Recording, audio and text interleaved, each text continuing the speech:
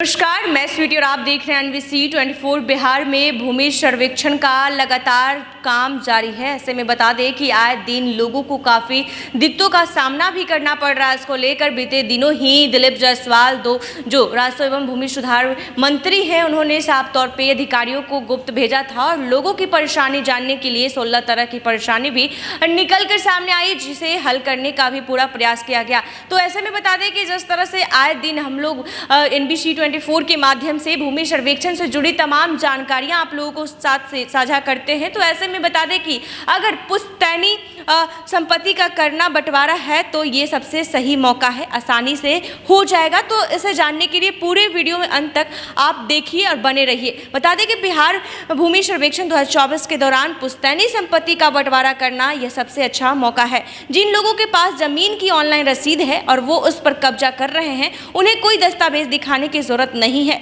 सर्वे के दौरान ही बंटवारे को मान्यता मिल जाएगी और नया खातियान भी उसी हिसाब से तैयार हो जाएगा। तो आपको बता दें कि जिस तरह से 2024 से में ये चल रहे जमीन सर्वे के दौरान कई रैत जमीन के दस्तावेजों को लेकर परेशान हैं, लेकिन कुछ ऐसे भी लोग हैं जिन्हें दस्तावेज देने की जरूरत नहीं है। प्रखंड मुख्यालय स्थित ई कृषि भवन सभागार में गुरुवार को जनप्रतिनिधि एवं आमजन के साथ बैठक के दौरान अंचलाधिकारी हर्ष हरि ने ये बातें कही। उन्होंने बताया कि जिन लोगों का जमीन पर कब्जा है और उनकी ऑनलाइन रसीद कट रही है, उन्हें किसी प्रकार के दस्तावेज दिखाने की आवश्यकता नहीं होगी। ऐसे लोग पूरी तरह से निश्चिंत रहें। ऐसे में आपको बता दें कि सीईओ ने बताया कि सर्वे अमीन को निर्देश दिया गया है कि जिन लोगों की जमीन की ऑनलाइन रसीद कट रही है और उनका उस पर कब्जा है, तो उनसे किसी तरह के कागजात मांगने की जरूरत नहीं है।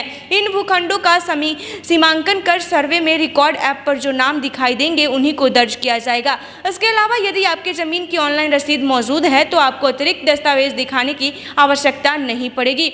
आपको बता दें कि जिन परिवारों में अभी तक पैतृक संपत्ति के बंटवारे पर सहमति नहीं बन पाई है, वो सर्वे के दौरान आसानी से बंटवारा कर सकते हैं।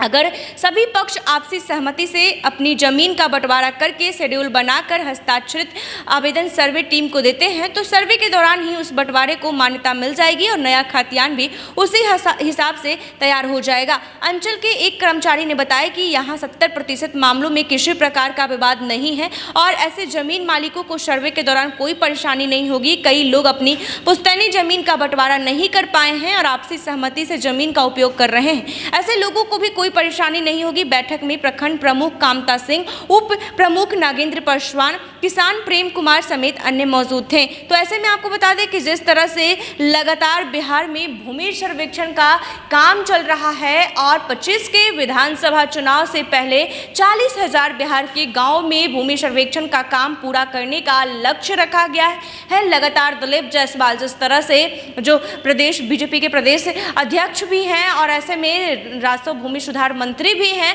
तो लगातार वो बैठक भी करते हैं, तमाम जानकारियां भी देते हैं। जिस तरह से विपक्ष लगातार भूमि सर्वेक्षण को लेकर सरकार पर हमलावर है एक तरफ, क्योंकि जिस तरह से कहा उन लोगों का विपक्ष के कहना है कि बिहार में अगर भूमि सर्वेक्षण का लगातार जो है काम चल रहा है, भूमि सर्वेक्षण हो रहा है, तो बिहार में जमीनी विवाद को लेकर और भी जमीनी विवाद जो है घर में कल्ला है वो देखा जाएगा और ज़्यादा विवाद जो बढ़ जाएगा। लेकिन दूसरी तरफ नीतीश कुमार का ये भूमि सर्वेक्षण करने का उद्देश्य जो है वो ये है कि इससे भूमि विवाद जो है वो कम हो जाएगा। लेकिन बता दें कि आए दिन दिलीप जायसवाल भी साफ तौर पे खुले कैमरे के सामने उन्होंने कह दिया कि नहीं, ऐसा कुछ नहीं है, कुछ भी हो जाए भूमि सर्वेक्षण का काम चलेगा और अधिकतर लोगों की भूमि सर्वेक्षण से कोई दिक्कत नहीं है। खास तौर पे सिर्फ और सिर्फ भू माफिया और जमीन माफियाओं को ही दिक्कत है, बाकी लोगों को जमीन सर्वेक्षण से कोई दिक्कत नहीं है। ऐसे में बता दें कि जितने भी अभी फिर से एक बार कहा गया है बैठक में, साफ तौर पे अंचलाधिकारी के द्वारा ये कहा गया है कि अगर पुश्तैनी जमीन अभी तक आप लोगों के बिना सहमति